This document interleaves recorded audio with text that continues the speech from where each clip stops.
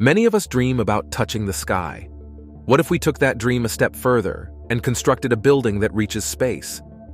Let's explore the idea of building the tallest structure ever, soaring several kilometers above sea level. But is it possible? We're talking about a project that would cost trillions of dollars. And even if we could afford it, are there challenges to be considered? Can people live so high up, facing extreme conditions? Join us as we dive into these questions, looking at everything from the limits of engineering. The tall order. The idea of a building reaching into space sounds like something unreal. After all, there isn't a clear boundary between Earth and space. Scientists can't quite agree, but most say space starts somewhere between 50 and 62 miles above the ground. Trying to raise a building as thin and tall as the distance to space would be like trying to build the tallest Lego construction ever. Anyone who's played with Legos knows that the higher you build, the more unstable the building gets. Eventually, it leans too much and falls apart, sending Legos everywhere. To avoid this, you'd need a design more like a pyramid, getting narrower as it goes up. But there's a big problem with building a tower to space, according to Marcus Landgraf, a physicist at the European Space Agency. He says such a tower could be too heavy for Earth to hold up. The ground we walk on, called the Earth's crust, is only about 17 miles thick, and it's not as solid as it seems. Underneath it, the mantle is kind of soft. A super tall tower would push down on the Earth's crust too much. Space elevator, the task of going up. The space elevator is a bold idea that stretches far beyond the clouds, reaching into the cosmos. A Russian scientist first dreamed up this concept in the late 1800s, and since then, it has become a popular feature in science fiction stories. Yet, some modern-day scientists think it might just be possible. For the space elevator to work, it would need to be incredibly long, not just 100 kilometers, but 100,000 kilometers. That's about a quarter of the distance to the moon. The top of this enormous ribbon would have to sit in geosynchronous orbit, meaning it would hover over the same spot on Earth and spin at the same rate as our planet. Peter Swan, who leads the International Space Elevator Consortium, explains the science behind it. He compares it to swinging a rock tied to a string around your head. The rock is pulled outwards by a strong force called centrifugal force. Similarly, the space elevator would be kept stretched out by a counterweight at the space end, depending on the weight and length of the ribbon. Swan and his team at the consortium are passionate about turning the space elevator from fiction into reality. Their goal is to make space travel more affordable and accessible. Right now, sending just 1 pound of material to the moon can cost about $10,000. But with a space elevator, the price could drop dramatically to about $100 per pound. This innovation could revolutionize how we send people and equipment into space, making it as easy as sending goods on an elevator. It's an exciting prospect that could open up new possibilities for exploring and using space. The journey to space is possible with a vehicle known as a climber that clings to the ribbon extending into space, moving upwards like a car on a vertical highway. This idea has been studied by physicist Bradley Edwards. Based in Seattle, Washington, Edwards has explored the feasibility of space elevators in detailed reports for NASA. According to Edwards, this space-bound journey could take passengers to low Earth orbit in just about an hour. Reaching the very end of the space tether might take a bit longer, spanning a few weeks. The experience, as Edwards describes, would be smooth, similar to riding a regular elevator. Initially, you wouldn't feel much movement, but as the climber gains speed, you'd see the Earth's surface, with its cities and clouds, gradually fall away beneath you.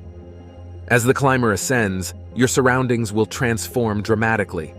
The blue and white tapestry of Earth would shift to a panoramic view of space, with landmarks like the International Space Station passing by. Eventually, at the height of geosynchronous orbit, the entirety of Earth could be obscured by the mere lift of a hand. But the journey doesn't have to end there. The unique mechanics of the space elevator allow for an intriguing possibility, using the climber's momentum to move toward other celestial bodies. This method could potentially launch exploratory missions or even manned flights to destinations as distant as Mars or Jupiter. The downside of space elevator. The dream of a space elevator, a towering structure reaching from Earth into the cosmos, depends on a single critical component: the tether. This isn't any ordinary rope or cable. It needs to withstand the immense tug of war between Earth's gravity and the centrifugal forces of the cosmos over an astonishing distance of 100,000 kilometers. The challenge is monumental, far beyond what any material we currently use in construction or engineering can handle. According to Marcus Landgraf, an expert at the European Space Agency, pointed out in a TEDx talk in 2013, the steel used in tall buildings wouldn't work for a space elevator cable. You'd need a higher mass of steel than all the mass in the universe.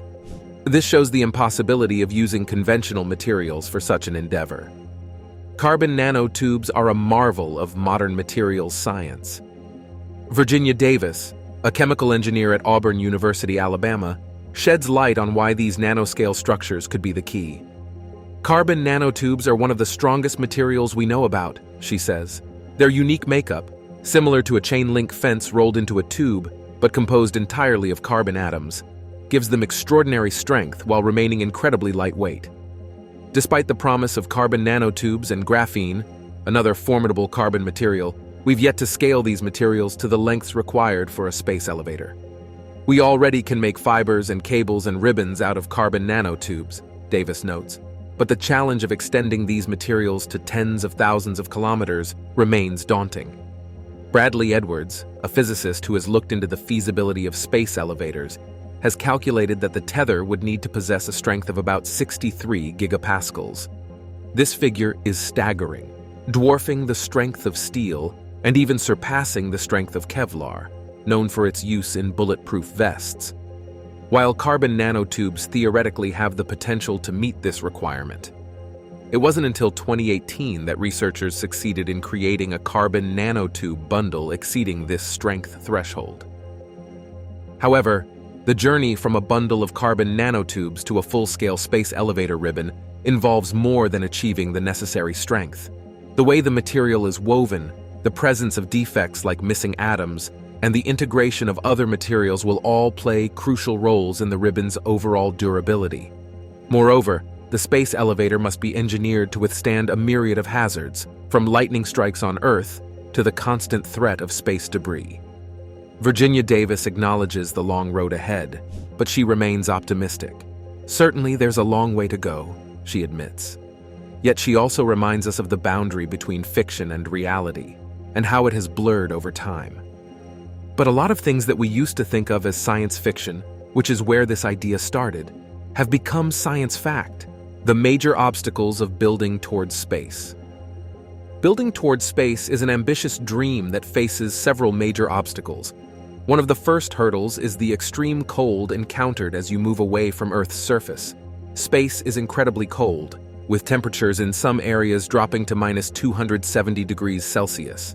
This intense cold can cause materials to become brittle and break, making it difficult to construct a structure that can withstand these conditions over time.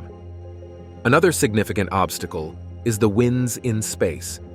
While space itself does not have an atmosphere and therefore no wind in the traditional sense, the upper layers of Earth's atmosphere can have very high-speed winds. These winds can exert strong forces on any structure extending into space, potentially causing damage or instability.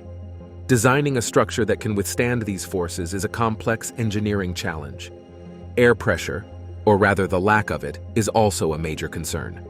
At the top of a structure reaching into space, the air pressure would be nearly zero, as it would be outside Earth's atmosphere. This presents problems for both human occupants and the structural integrity of the building.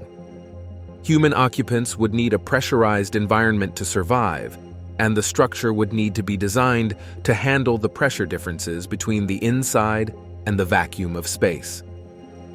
Perhaps the most daunting challenge is the Earth's crust itself.